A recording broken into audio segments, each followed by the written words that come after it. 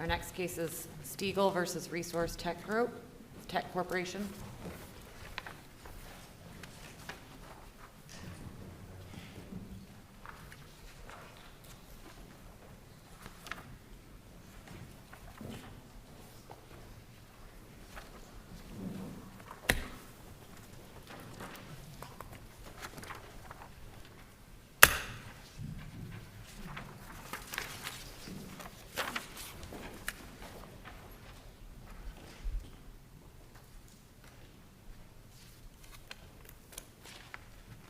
Good morning. This is a 20-minute mini oral argument on the application.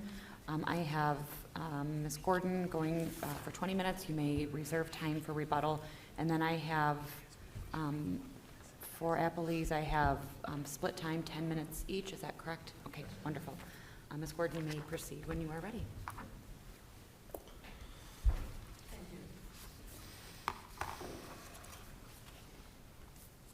Good morning, members of the court. Deborah Gordon on behalf of the plaintiff appellant. I would like to reserve 6 minutes for rebuttal unless I have additional time at that point. And I would like to acknowledge the excellent amicus brief submitted by the Michigan Association of Justice, which I think really does a nice job of laying out what is at stake in this case and lays out the statutory framework along with Judge Gleischer's dissent. As we are all well aware, public policy tort claims have existed in Michigan for some time.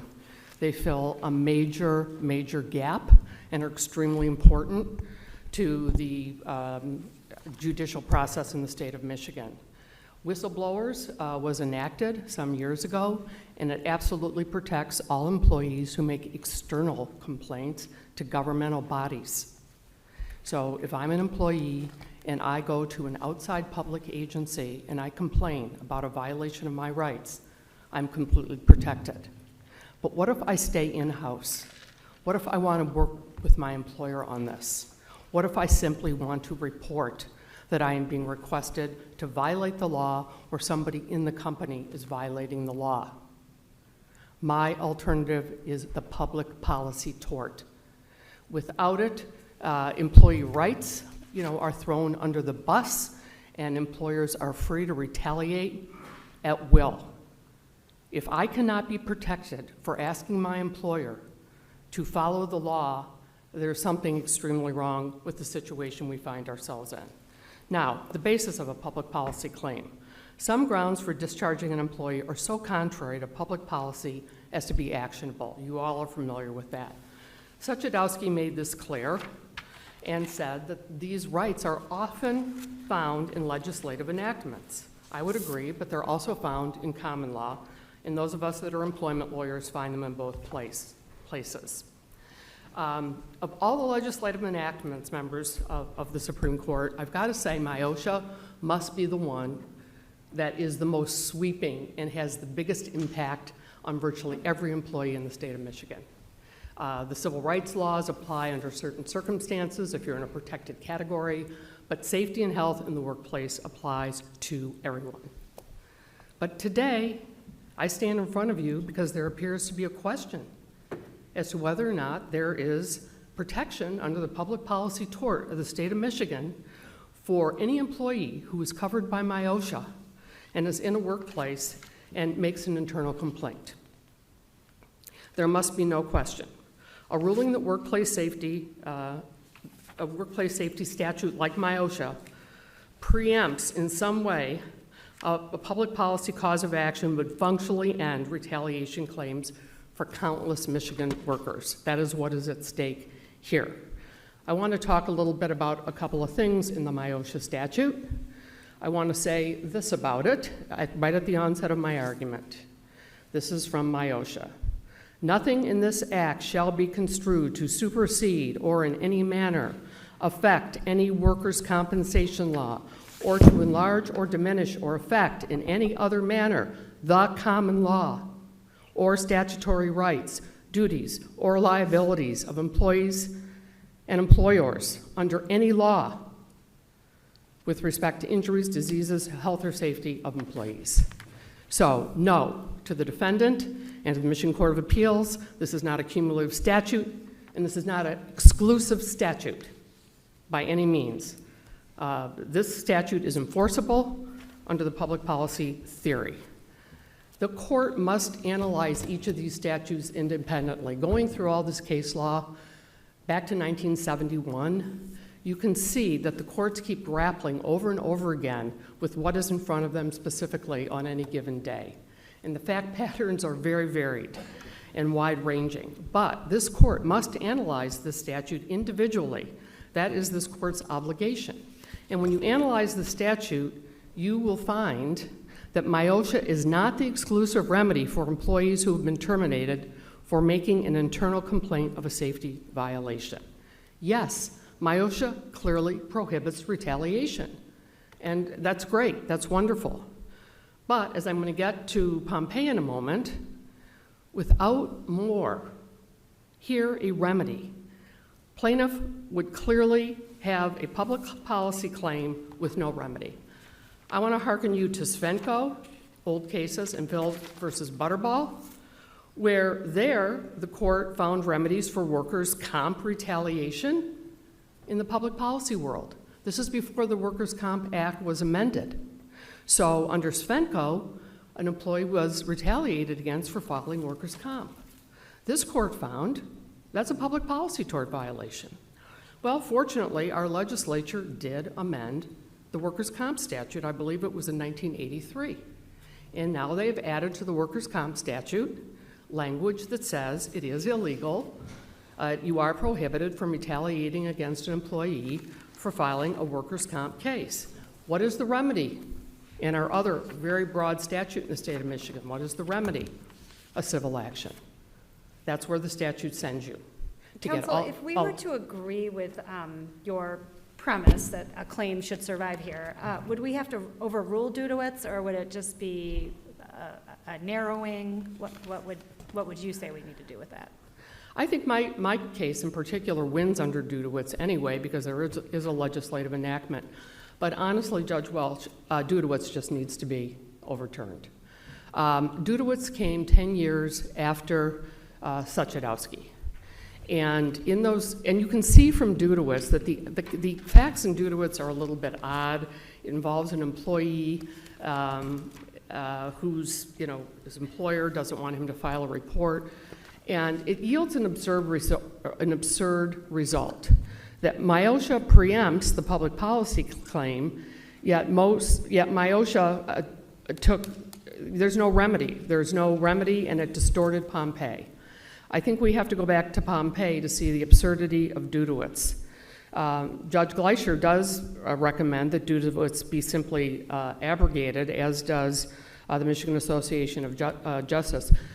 Dudowitz's problem was that it stopped short. In its case, it didn't need to get to the question of, under their facts, they didn't need to get to the question of a remedy. So in Dudowitz, they simply stop at the point saying there's a statutory remedy that's enforceable under common law. They do not go to the next step, which came up so very clearly in Pompeii, where the court said there are qualifiers to that. There are strict qualifiers to your ability to find that a public policy tort exists, and one of the main qualifiers is obviously that there must be a remedy. There is no relief in the state without a remedy. Where Pompeii says very specifically, where the remedy is inadequate, the statute is not exclusive. The statutory remedy is not deemed exclusive if such a remedy is plainly inadequate. And that, of course, is what so much of the argument today is about. Because I really have to note that MIOSHA's remedy is rather arcane and a one-off, and we'll get to that in just a second, but it is not a true remedy. So under Pompeii, which remains good law, a statutory remedy is not deemed exclusive if such a remedy is plainly inadequate or unless a contrary intent appears.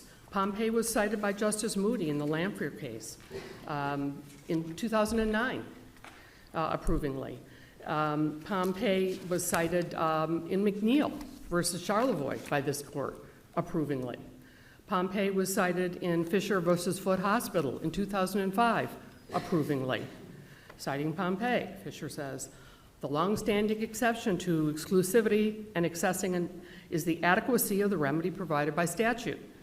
The court, in my case, completely blew by that, and Dudowitz did as well, because why? Dudowitz had the Whistleblowers Protection Act. This is my personal theory. They had the Whistleblowers Protection Act. It had a very great remedy with all the tort bells and whistles. So Dudowitz didn't bother getting to that. I don't know if it was an oversight on their part or just for purposes of their ruling that day. There was absolutely no need to go there. But we need to go there now. This law must be unfurled and put back together again.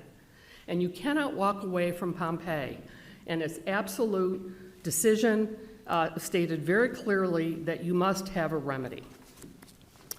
The Court of Appeals relied on a footnote in Lash, which incorrectly states that this principle has never been cited in any majority opinion and or any other case law. I just explained to you how that's flatly incorrect. And Lash did not even involve a public policy tort, it involved a private cause of action. Dudowitz distorted Pompey. This must now be corrected, as I said a moment ago. It does not include the two qualifiers. Suchadowski made it very clear that there are three prongs to what we look at. We're all become familiar with them over time. And those prongs must be protected and be given weight individually. An explicit legislative enactment prohibiting discharge is number one, where failure or refusal to violate a law in the course of employment occurs. That's common law.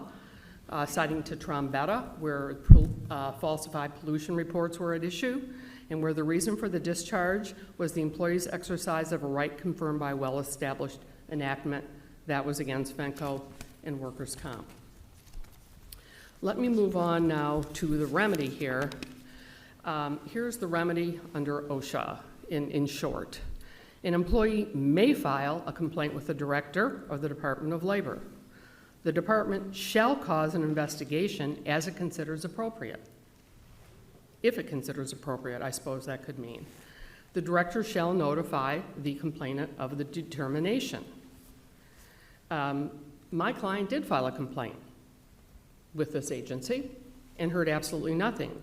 I have every reason to believe that he is not a one-off.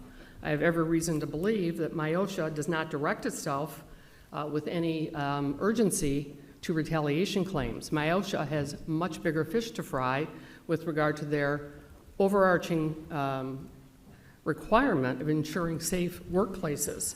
And as the MAJ brief explains, this is way down their list of priorities. They keep no statistics, by the way, on this.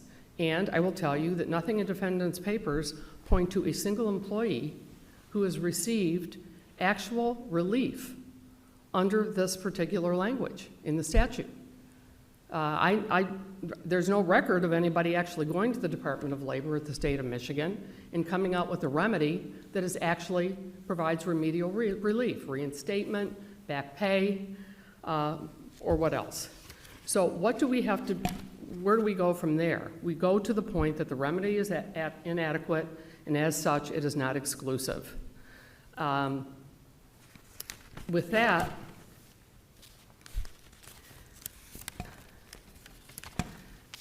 Isn't that an argument that's better made to the legislature? You're critiquing their statutory work and saying that it doesn't provide an adequate remedy. yes. Who gets to decide whether? Justice Viviano, I agree it's better left to the legislature. But you know what? It's time for the legislature to step in here and create a real remedy.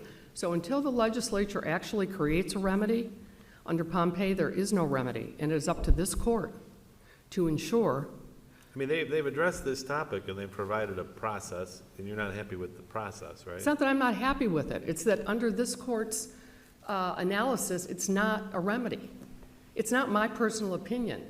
It's this court's. What's an adequate remedy?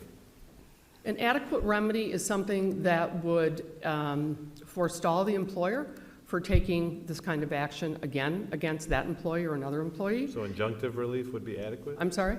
Injunctive relief would be adequate, or does there have to be money damages? Does there have to be compensation? Yes, of course. If an employee is put off work for a year or 2 years until the lawsuit is decided, of course that employee gets back pay. Because otherwise, you have an employee who's being completely penalized for doing what? Try to enforce public safety laws. That is what we're trying to accomplish here.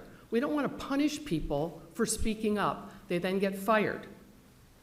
Okay, if MIOSHA doesn't have a remedy, this court cannot bless the few words they have on a page and say, well, it's on paper, everybody.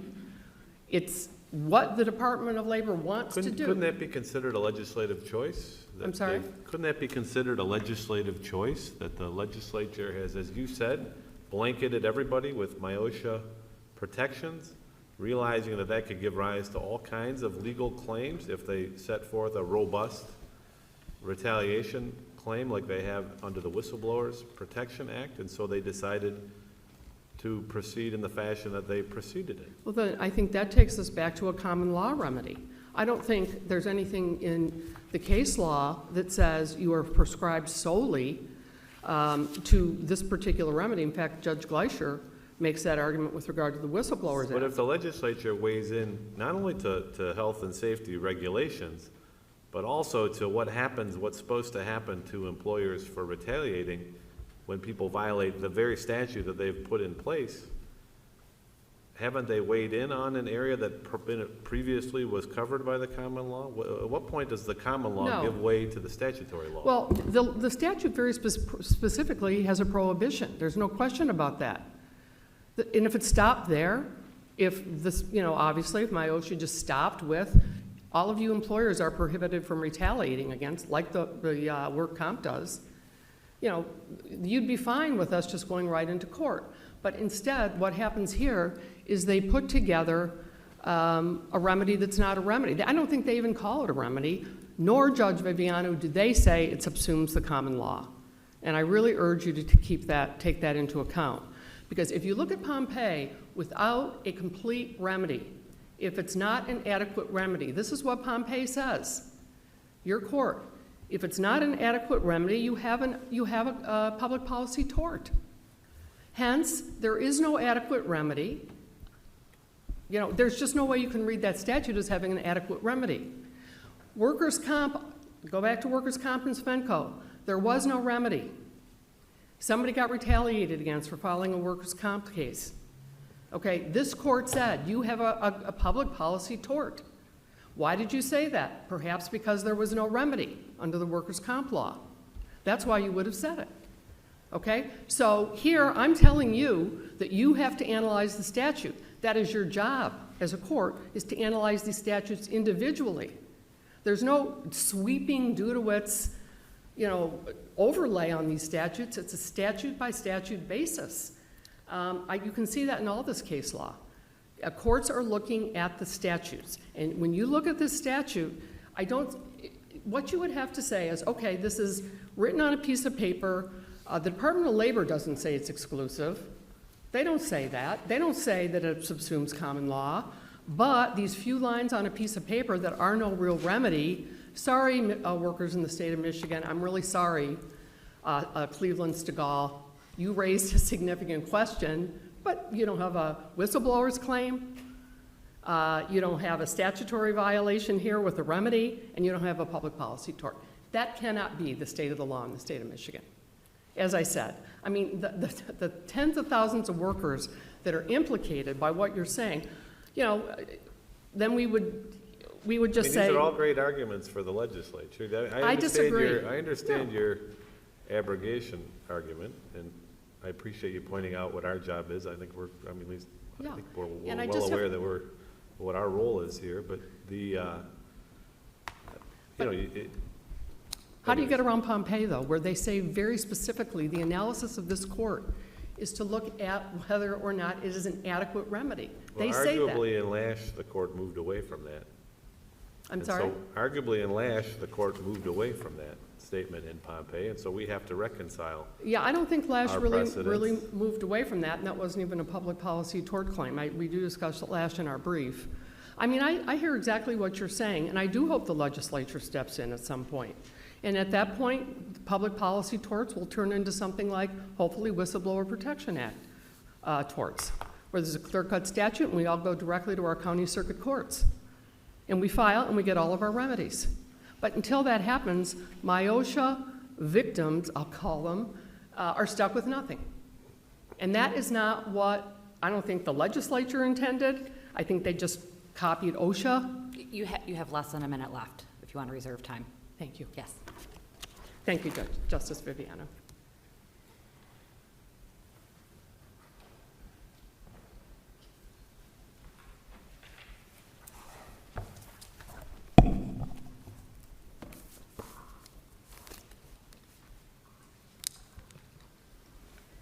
Good morning, and may it please the court.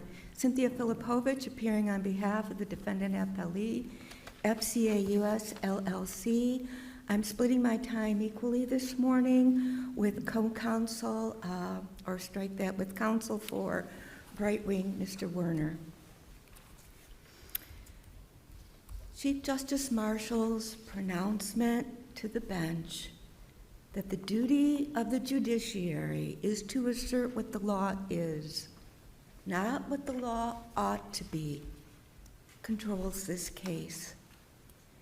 Indeed, the law establishes in this case that the anti-retaliation provisions of NEOSHA's and OSHA's comprehensive statutory schemes preempt plaintiffs' public policy claims.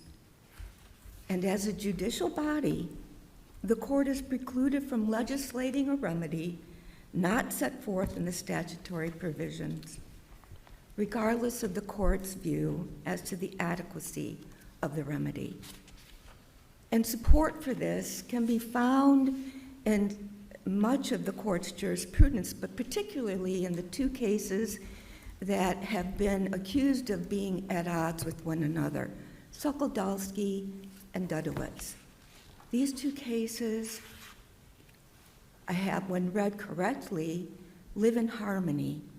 Sokoldalski set forth the determination of how we determine what the public policy is. The court began by noting that the public policy can be expressed by way of a statute, for example. Those examples were the WPA, MEOSHA, Handicapper Civil Rights Act. And that express public policy is what safeguards, if you will, that any violation of public policy will go unredressed. Sokoldalski then gave two examples of when the public policy can be implied. And for example, when the employee is discharged for violating the law, refusing to file a false pollution report, or exercising a well-established right. Sokoldalski gave the example of the Michigan Workers' Compensation Act. The court in Dudowitz came along and looked at what the public policy expressed in Sokoldalski was, and as to the express pronouncement of public policy, the court stated that when a statute has an express retaliation provision, then it preempts any public policy claim. And when you think about it, that makes sense. Why? Because that public policy claim, that public policy of the state of Michigan has been expressly embodied in a statute. So there are provisions to protect the public policy. In fact, this morning, counsel for plaintiff said that the public policy claim exists to fill in the gaps. Well, there is no gap when there's an express embodiment of that public policy. It's been accounted for. So there is no fear that the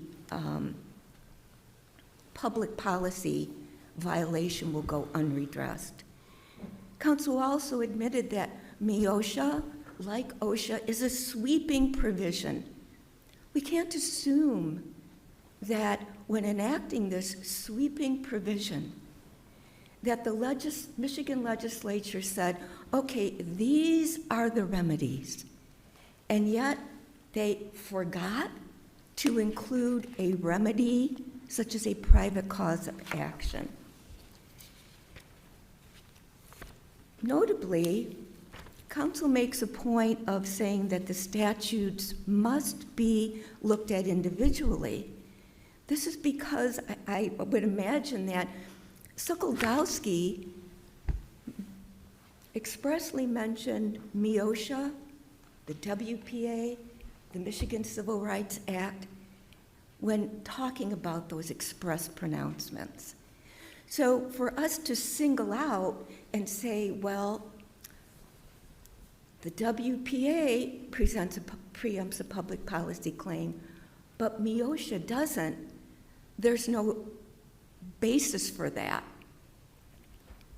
And again, in the Court of Appeals decision, Stegall 2, if you will, in this case, they pointed this out, that there is no tension between Stegall and Dudowitz, because Stegall mentioned what the public policy of the state of Michigan is according to 3 scenarios, express and implied. As to council's reliance on the adequacy of the remedy as stated in Pompey, Justice Viviano, as you pointed out, this court has disavowed the dictum in Pompey as to the adequacy of the remedy, and it opens a Pandora's box as to who decides what is adequate. And this court, counsel for plaintiff also agreed this morning that the remedy is best found in the Michigan legislature. But this court cannot force the Michigan legislature's hand no more than it can legislate.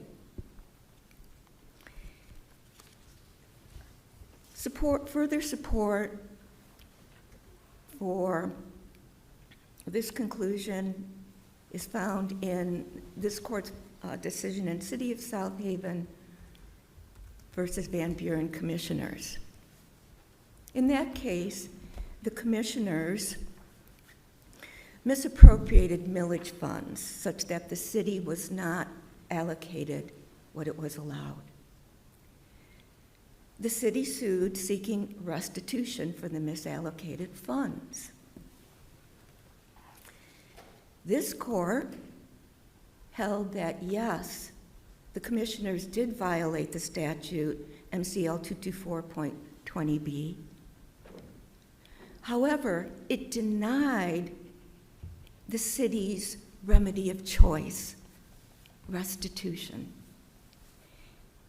Here, the court said, quote, "It is well settled that when a statute provides a remedy, a court should enforce the legislative remedy rather than the one that the court prefers or that the plaintiff prefers."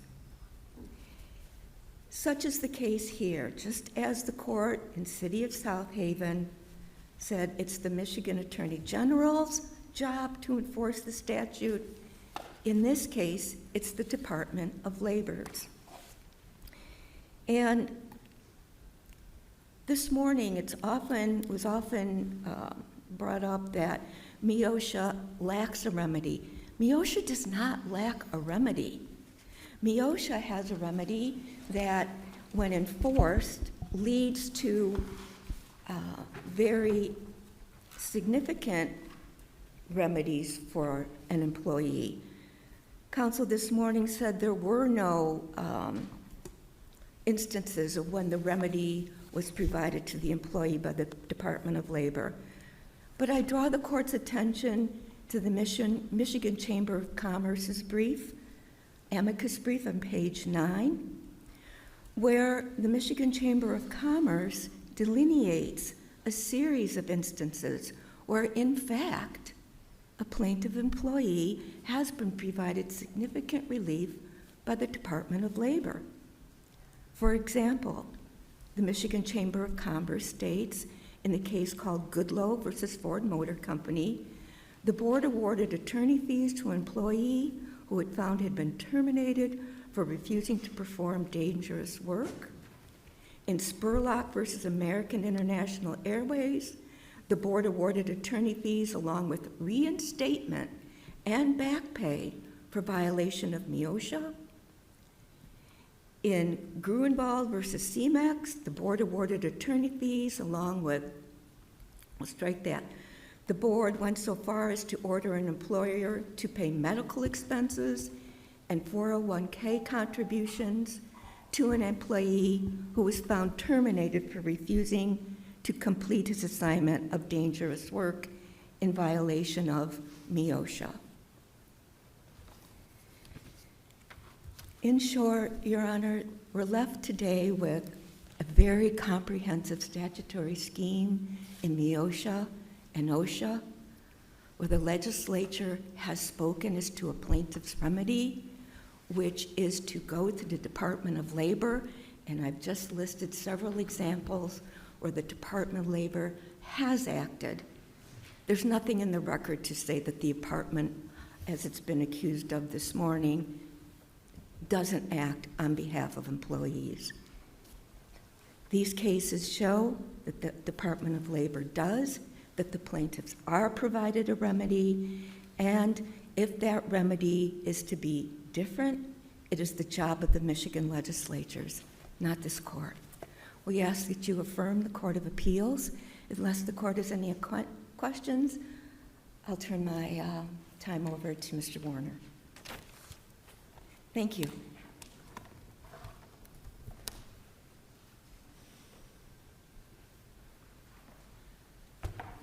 Thank you for hearing us this morning, Your Honors. I greatly appreciate it. My name is Tom Werner. I'm here on behalf of the Appellee Resource Technology Group, DBA Brightwing. I want to first start by reading the actual language from Dudowitz that's at issue here.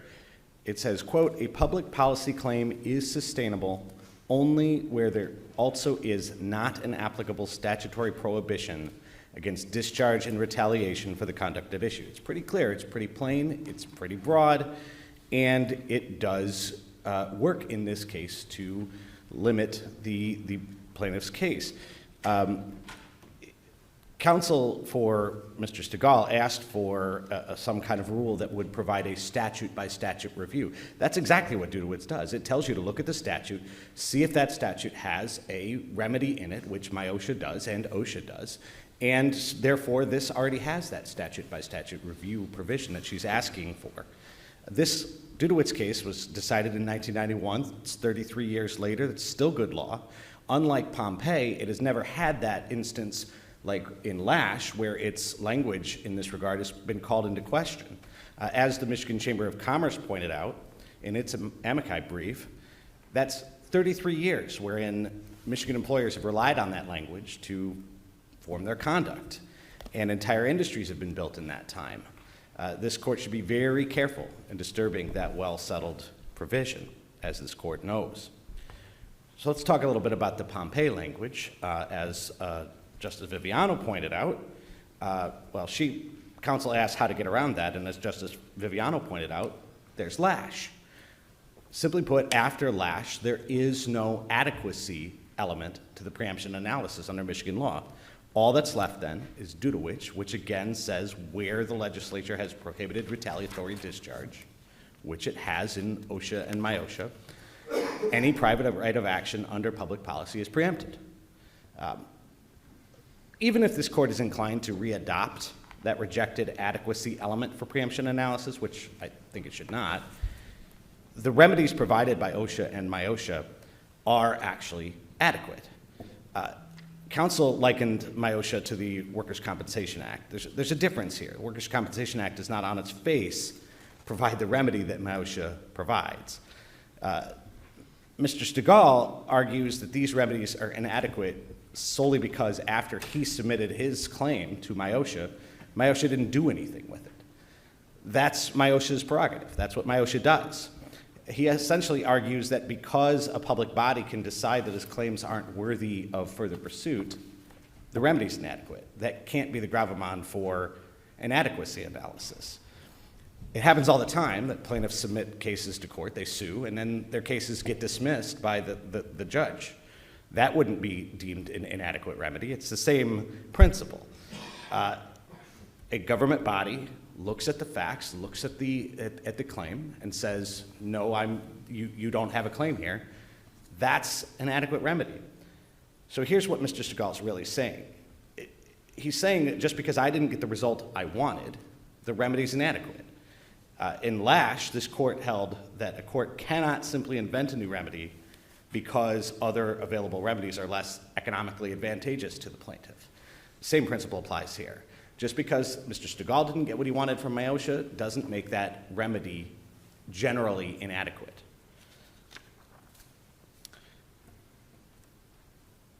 I'd like to address it wasn't really brought up here in oral argument, but I want to address it anyway. I want to address the Parrott test for which Mr. Stegall advocates in his briefing.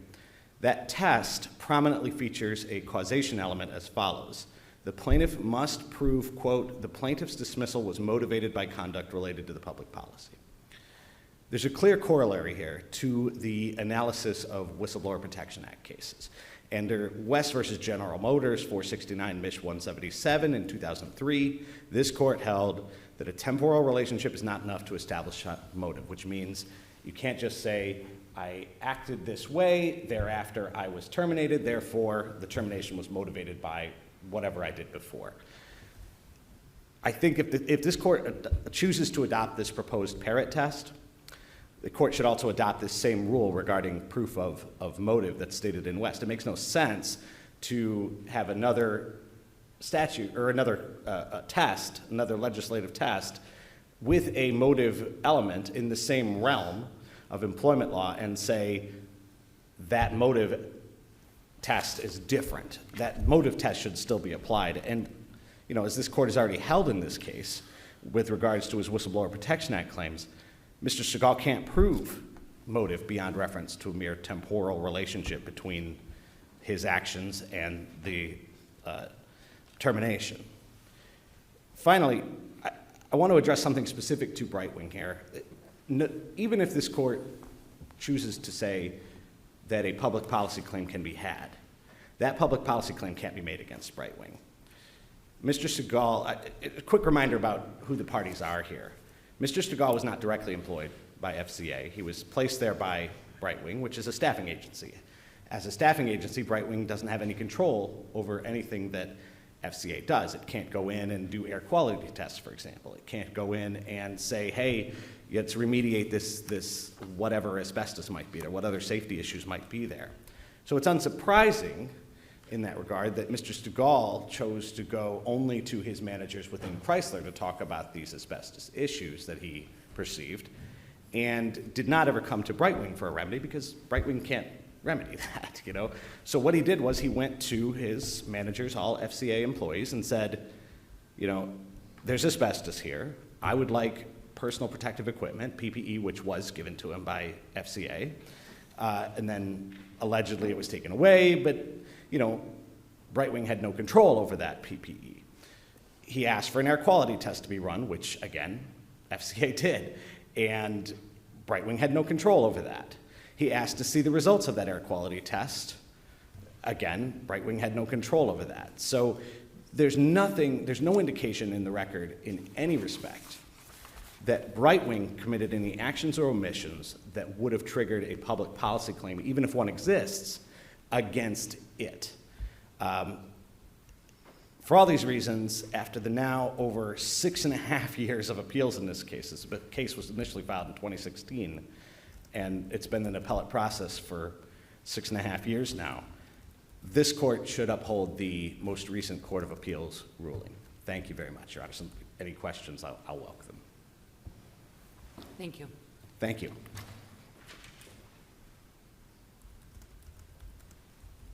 Ms. Gordon, I decided to accept your invitation in this case to closely examine the statute, which wasn't, I don't think, cited in your brief, the one you cited to me in your initial argument. That being this MCL 408.1002, subsection 2. And really, I'm struggling with why it's cited at all. maybe I'm missing something. But the first portion of that statute talks about not superseding a workers' compensation law. And the second part then goes on to talk about not enlarging, diminishing, or affecting the common law rights, duties, et cetera, under any law with respect to injuries, diseases, or death of employees arising out of or in the course of employment. Does your lawsuit involve personal injuries, diseases, or death of your client? No, but I don't think the language that you're referring, I think the language that you're referring to, which is the prefatory language for the entire statute, talks about the whole role of MIOSHA, which is the whole point of MIOSHA is to ensure that diseases and death do not occur. Hence, when my client was exposed potentially to asbestos, that involved a disease. I think your narrow reading does not take into, you're picking out a couple of words. I know what you're talking about, but You asked me to look at the statute carefully. I did. And so I did, and I really don't think it applies to So preemption. okay. The preemption argument that the MHA made in their amicus brief that you've adopted here Well, today. then, I think that your reading would be that the only thing about in MIOSHA that's not superseded is if there is disease or death, and that the statute doesn't seem to be able It to. says injuries, it says workers' comp laws, Yeah. and then it goes on to say any other laws related to injuries, diseases, or death.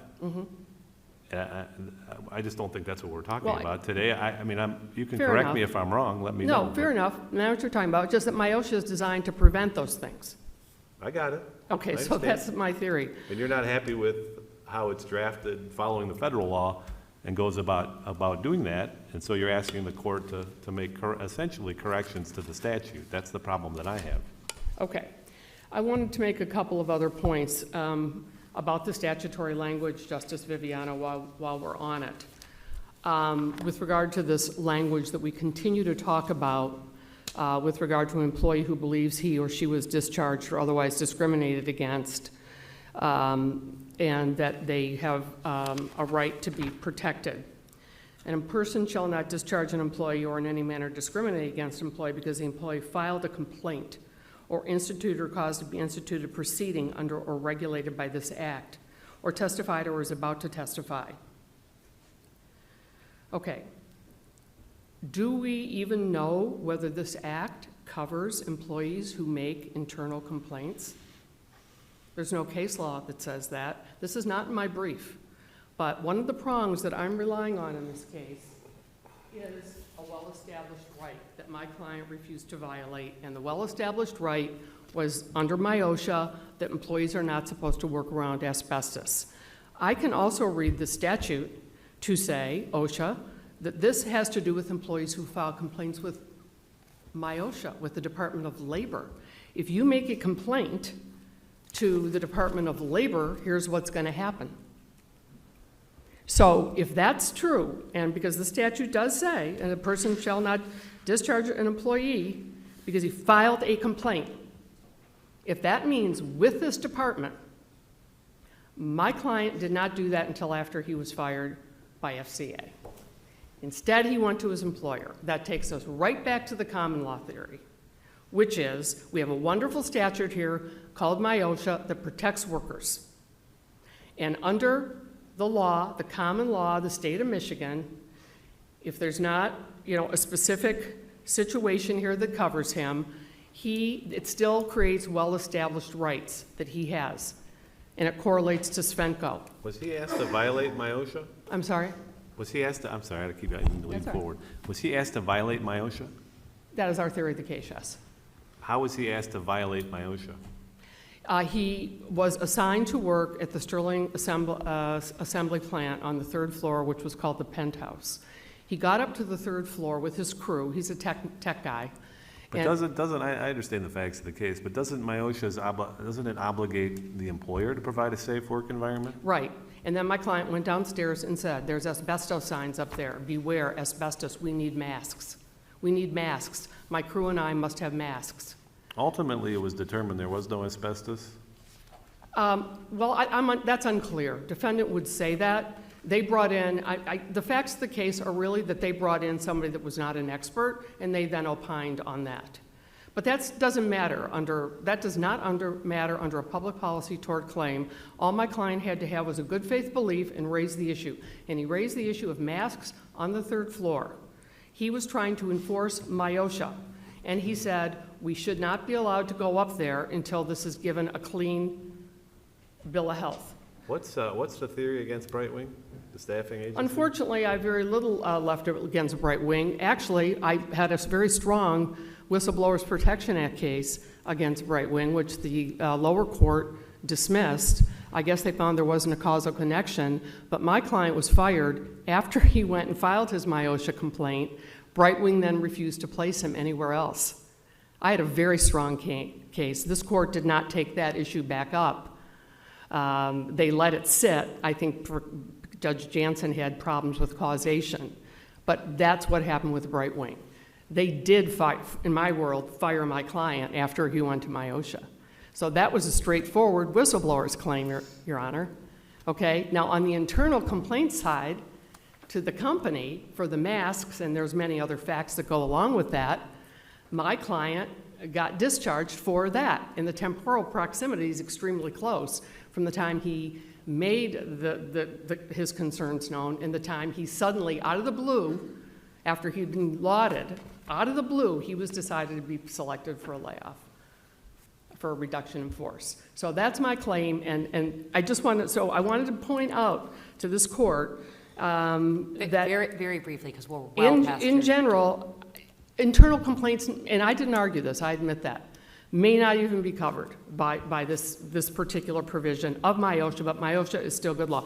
And the only other thing I want to say is, look to these other courts, because I'm here being told by defendant, oh, this is fine, this remedy is fine, but in our briefing, we say the courts in other jurisdictions have concluded that OSHA does not provide an adequate remedy, and hence that the employees have a common law opportunity. It's briefed in both the MAJ brief and our brief, and I suggest that this court join what's happening around the nation to actually protect workers.